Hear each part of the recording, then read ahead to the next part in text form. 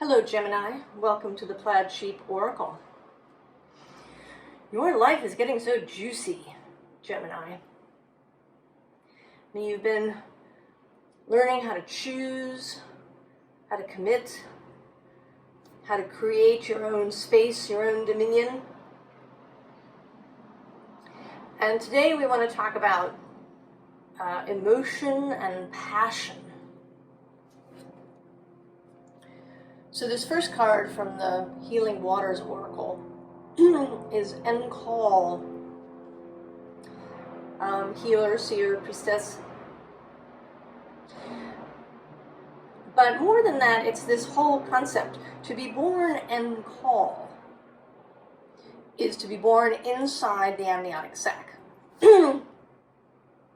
Right? So the amniotic sac forms soon after conception and it begins to fill with liquid. That's mostly water. Right? It's the amniotic fluid that the baby floats in. And normally when labor begins, that sac breaks. A woman's water breaks. But occasionally, the amniotic sac won't break. And the baby will be born within the sac, liquid and all. So there is this sense of being kind of immersed in your water, but not sharing it, right? Being contained, your water being really contained.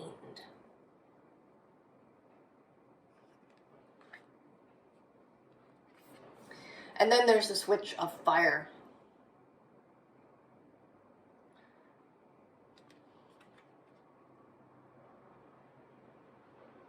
A breaking through energy, a passionate energy.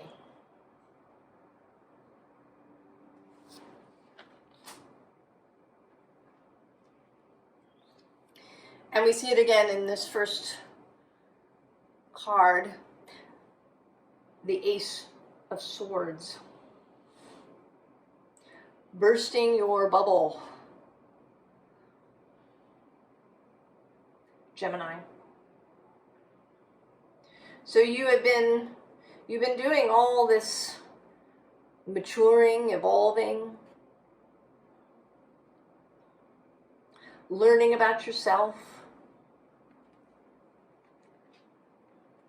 coming into the ability to be still rather than having to keep moving all the time in your life. That you can come to rest, that you can come to choose something.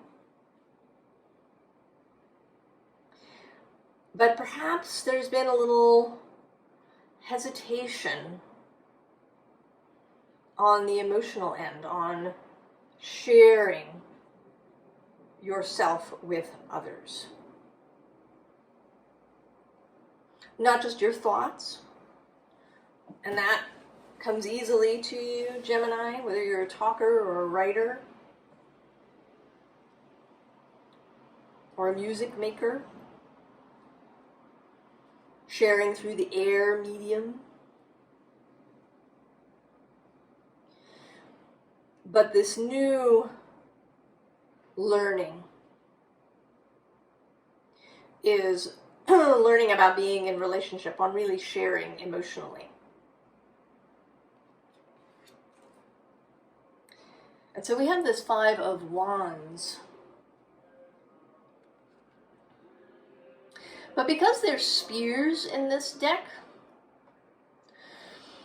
there is a very airy sense to this. Plus this kind of blue-green color of the card. There are very few fiery colors in this deck.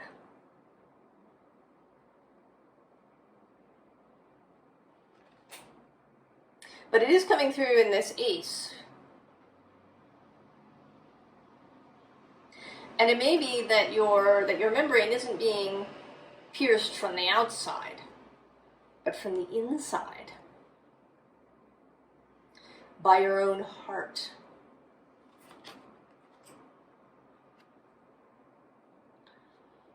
And there is a sense of conflict, of agitation, of anxiety about it, maybe some fear.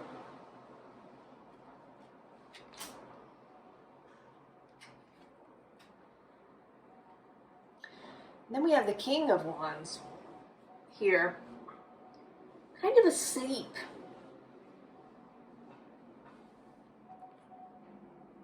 Waiting to be woken, perhaps with a kiss,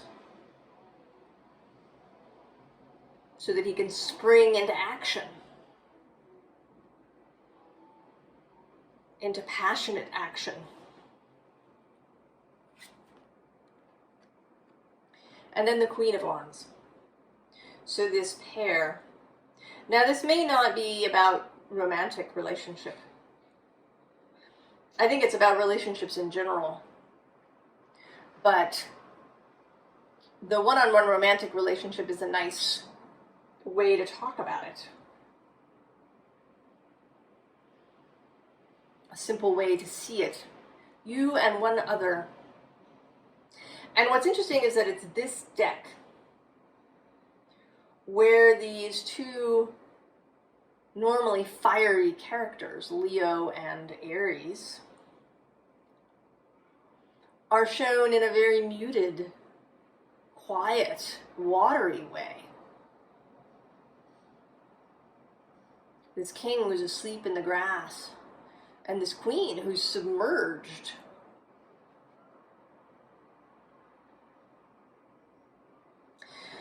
So I think this is both a nod to the fact that your fires have been muted, but also a suggestion that this fire doesn't have to look like other people's fire necessarily. And that's confirmed here for me by the star. Right? Your own direction. The way that you choose to go. What it is that you follow. What calls you. So this more emotional self, this self that pays more attention to the water and the fire in their life, it doesn't have to look like other people's fire. It doesn't necessarily have to look like Sagittarius's Knight of Wands roaring into something. Passion can be quiet, intense. What's needed, I think, here with this Six of Wands, is just a change of perspective, a change of mind. The Six of Swords being here, traveling within the mind and on water.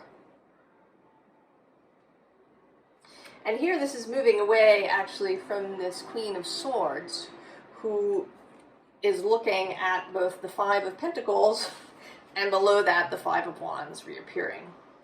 And then below that, this oppression, which is a very sort of distorted Gemini image of a battle, an internal battle happening. So you may have experiences that didn't go so well in relationships in your life, Gemini.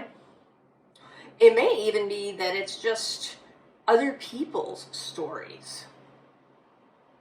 You know, this idea of birth brings up, I have never been pregnant, but I've had sisters and friends. And you have to be careful about who you talk to Because, you know, if you ask the wrong person about what birth is like, you could get a horror story. You don't really want in your mind as you're heading into this new experience that is challenging. And you know it's going to be challenging. So it could be that you haven't, you know, that it was watching your parents growing up and how they interacted with each other. It may have been really painful and aggressive and frightening even, certainly for a child.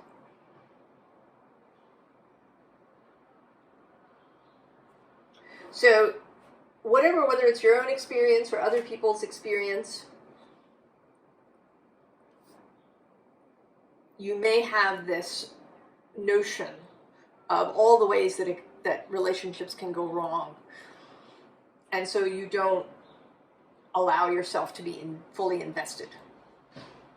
And it's, you know, it's something that people say about Gemini, right? It's a criticism. You see it in memes and online, right? You don't want to date a Gemini man, right? Because he's going to be fickle or even duplicitous.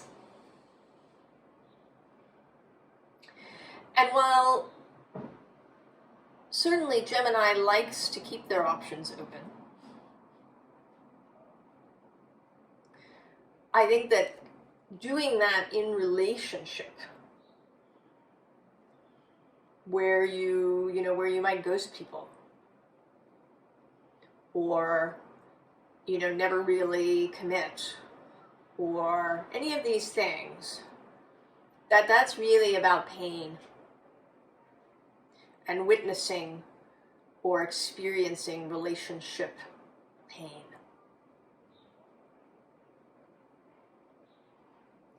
Because we are made to connect with one another. To, to be close to friends. It doesn't mean you only have one friend, you could have 8 friends. But that you're available to these people. That they know you. That they can feel like they can trust you. That you're not just going to vanish. Now, you know, how I lay out my cards, I sometimes call these cards at the top of here the underlying, but this is sort of the visible underlying. What can be seen, what is maybe being seen now, what is being made visible, kind of what is clear. And then the bottom of the deck, as it sits here, is what I think of as the hidden underlying. And I always look, but I don't always share them, although on this occasion, the bottom of this deck has the Ace of Wands. The most passionate ace. Does sometimes come up in romantic, when a romantic or a love question has been asked. The spark. So this is under there. And I think that this can be, a passion in other kinds of relationships. I think that one can have a passionate friendship that isn't sexual. A kind of Anam Cara soul friend, where you can share your passions and your griefs and your joys and your excitement.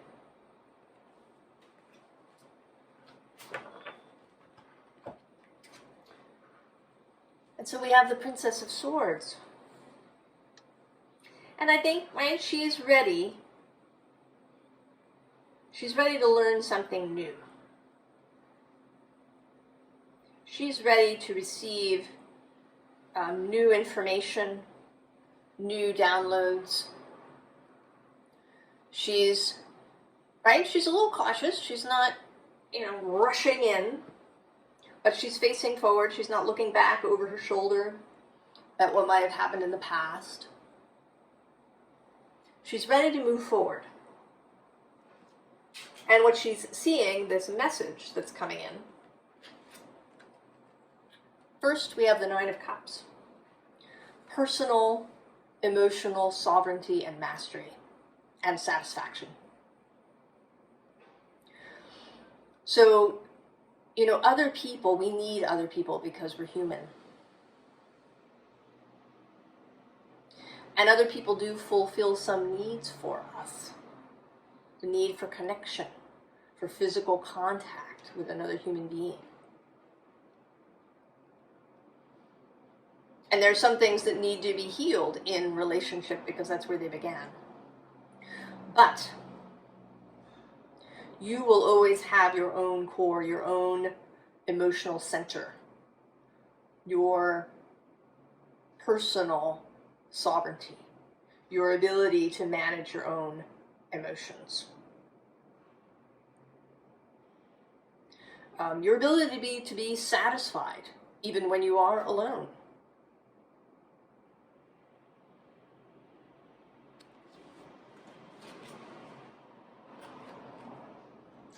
Two, wisdom. All the knowledge that you've gained. Also wisdom of other people. Right? The wisdom of the people you're going to be in relationship with. All of that is available to you. The wisdom of the source. The wisdom of past lifetimes. This is the High Priestess in this deck. So that connection to source, to the memory that lives in the field.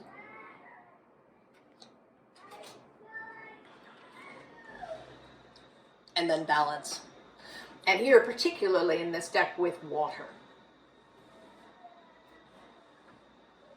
Right? The ability to be in emotional relationship with another. Right? Where you are both, right? Both in balance with yourselves and with each other.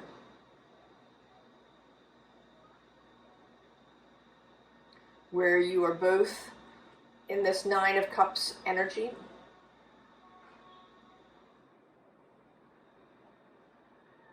And when you embrace this idea, you're going to start to attract these people who have also embraced this idea.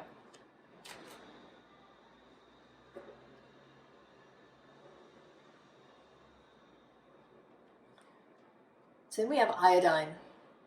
Here I think coming up for the ocean, for this idea that you can swim in the ocean. That although air and water are seen as somewhat incompatible, that isn't true in nature. Water is made up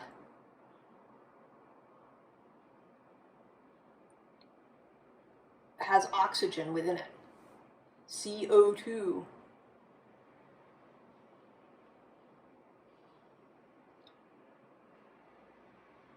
It's actually kind of, right, it's all things carbon, which makes up, a good portion of life here on Earth. It is the basis of life. And then oxygen. And somehow, or I'm sorry, not carbon. What am I thinking of? I'm thinking of carbon dioxide. I don't know where that came from. Hydrogen and oxygen. So two gases making up water.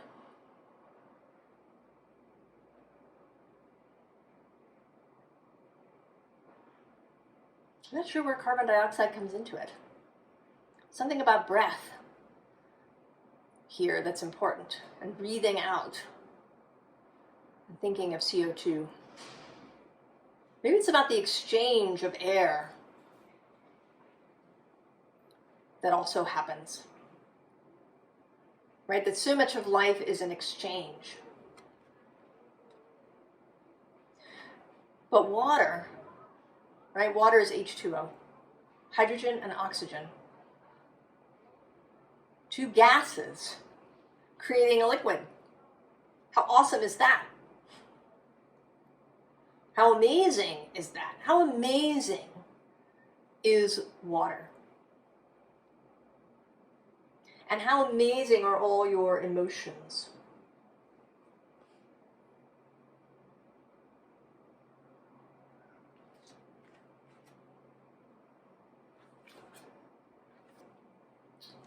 And then we get potassium with this balance.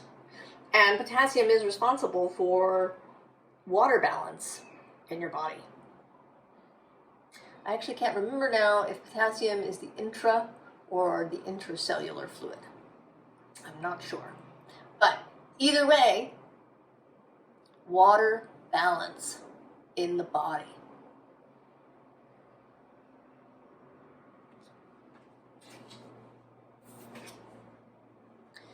And then we get iron here with this very Martian figure. Aries, Leo, Sagittarius, fire.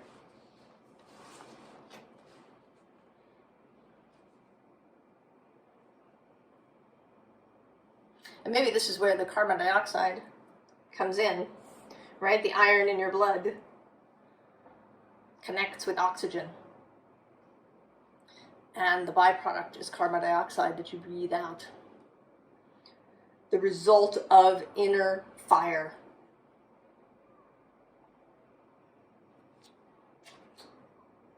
But it's not, right? It's not like a blazing torch that's happening. You know it by the redness of your blood and by your out-breath.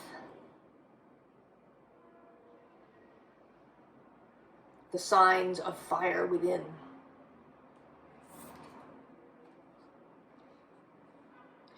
And then calcium, a building block of the bones, among other things. And here, coming out of his shell. Coming out of his shell.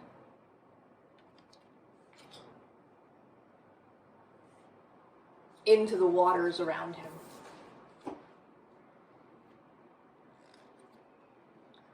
Two of Cups, not surprised to see it at all. Your personal relationship with yourself is getting so much better. All of this, all your relationships are improving, Gemini, as you explore water, explore emotional expression, explore your heart's passion in relationship to other people, as opposed to a project or a job or an art that one does. This is really all about other people.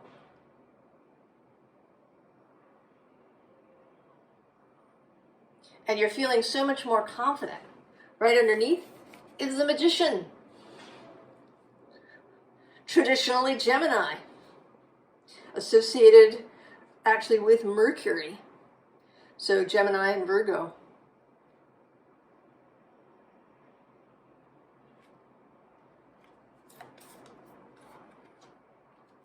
And at the bottom of the deck, the Fool.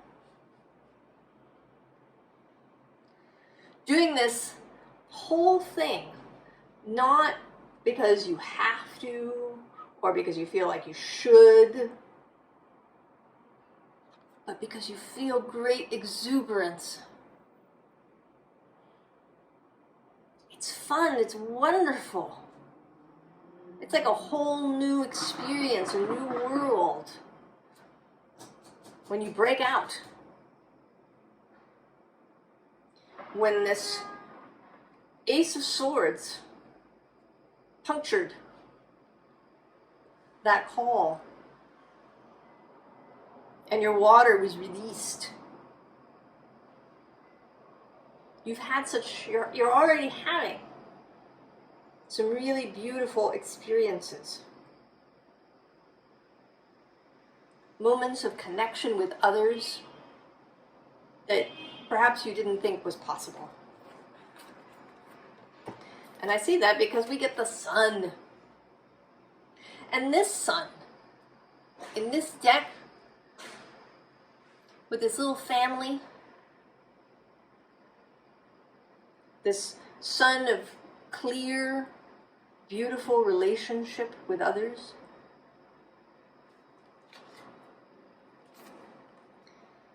And then this card, which is, it's a little cryptic until you realize, and it took me a bit, maybe you'll see it immediately, that this moose is looking up,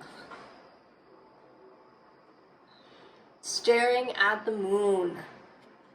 And this moon is responding.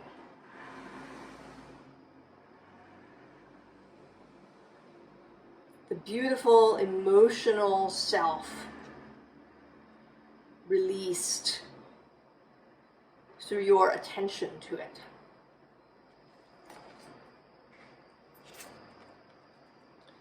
And then the Four of Air, Four of Swords, a sense of peace, of clarity, of mental rest, which is something that you may not get very often. But mental agitation can come from constricted emotions. Expressing things freely, and well, with this Nine of Cups and this balance. It's not like you're just spewing everywhere. You have mature emotions. So, advice. The Two of Cups again. And below that, Justice. And below that, the Moon. And below that, the Queen of Wands. I didn't go this far as I was. And then the Lovers.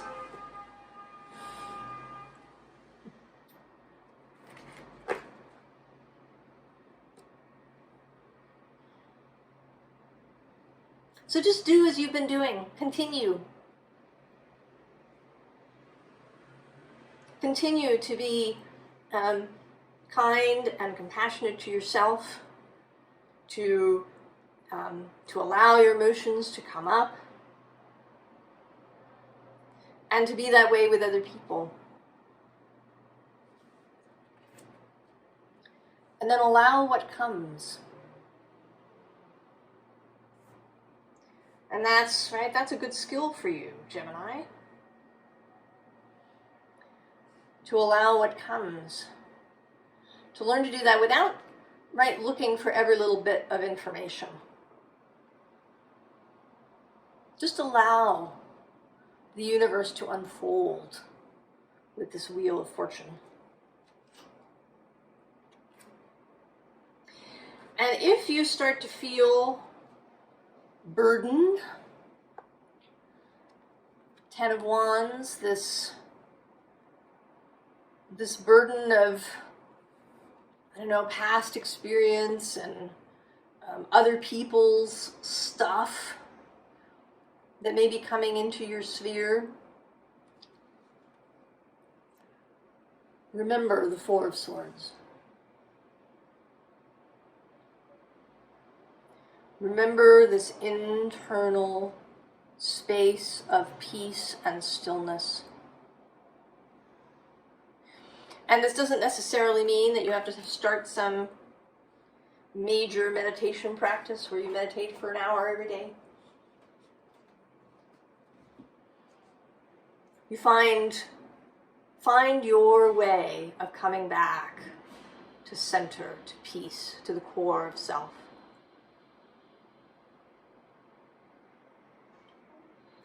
It may be meditation, it may be a moving meditation. Maybe it's a yoga practice, or Tai Chi, or maybe you're a runner, or a knitter.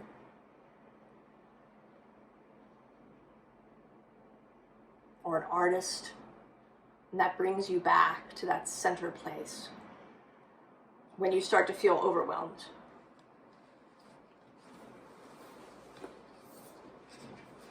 So the last thing I want to give you is a little poem from my Year with Rilke, from the Book of Images, The Man Watching One. How small is what we wrestle with, and what wrestles with us, how immense. If we could be overcome as things are in a great storm, we would grow vast and need no names.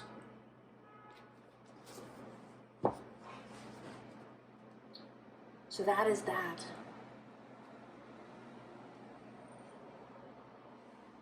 To become comfortable, even in the storm.